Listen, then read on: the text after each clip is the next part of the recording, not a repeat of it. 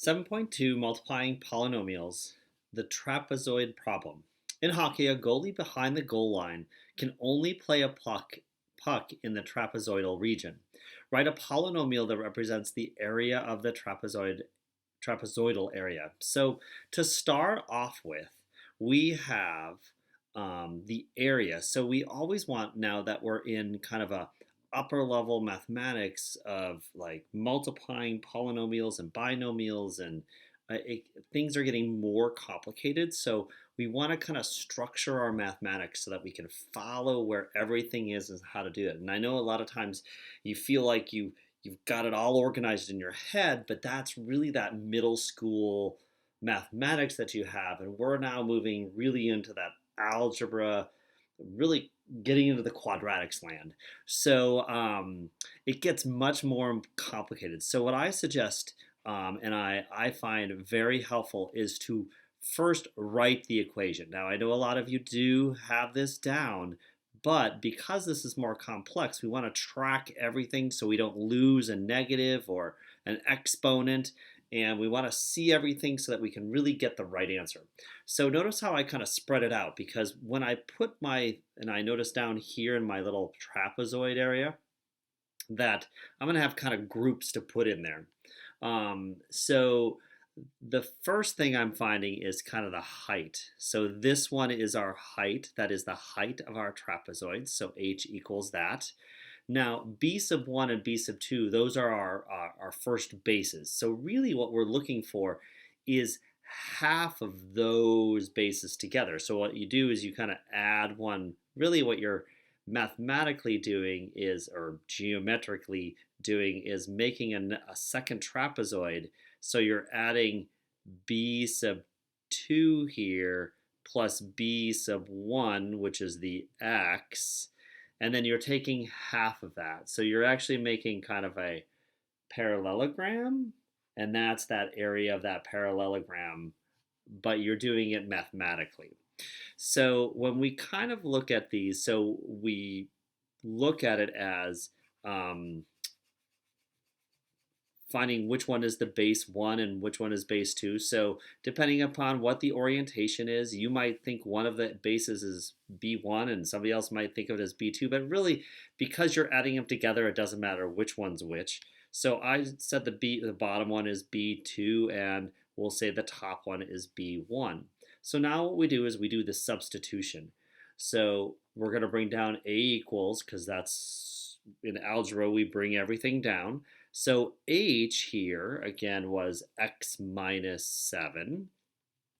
And b sub 1 was x. And then b sub 2 was x plus 10.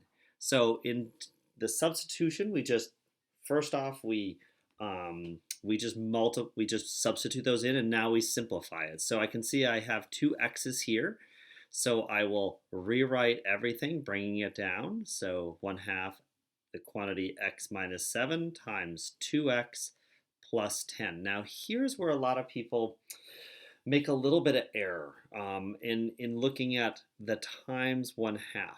Now you feel like you can distribute, yes, which is true, but we're not going to distribute too far because we're only going to go into one of the terms. You know what though? Because the problem is I feel like people feel like they can just they go kind of distributive stir crazy, and then they get it wrong, and that is the wrong thinking right there, because when you multiply, you want to multiply just one of the terms. But you know what I noticed as I did that? I noticed that this second term has two even numbers in the terms, so it would work nicely with that half. So I'm going to use one of my properties, the one that moves them, the commutative property, and change them into the 2x plus 10 first, and then the x minus 7.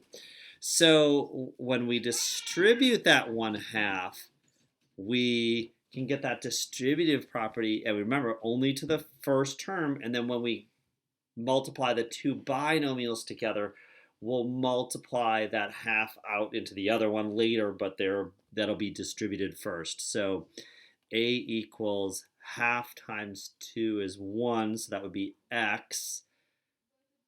And then half of 10 is 5. Oh, that works really nice because then my numbers are much smaller too. So now notice that I put it in a parenthesis still. The reason why is because this is still a term that I'm going to be multiplying by this binomial. So I have a binomial times a binomial still. So I'm going to use my multiplication. I like the distributive property myself. So I'm going to take that x, and I call it the multiple distributive property. Some people call it the FOIL. So I'm going to mark up my distributive property for both of those. And my area then equals x times x is x squared. X times -7 is -7x. 5 times x is plus 5x. And 5 times -7 is -35. So my area is x squared, and I can combine my x's here, minus 2x minus 35. So I have a trinomial that is the area of that trapezoid. Now I have to remember my label. So my label for this is feet, but because it's area, it's going to be feet squared. And then that is the area of that trapezoid. So it's kind of weird, I know, to put a label in with variables, but that's where we're at mathematically with algebra, is you're able to say that this is area because it's feet times feet, and feet times feet is square feet. So that's where it comes from in the mathematical problem.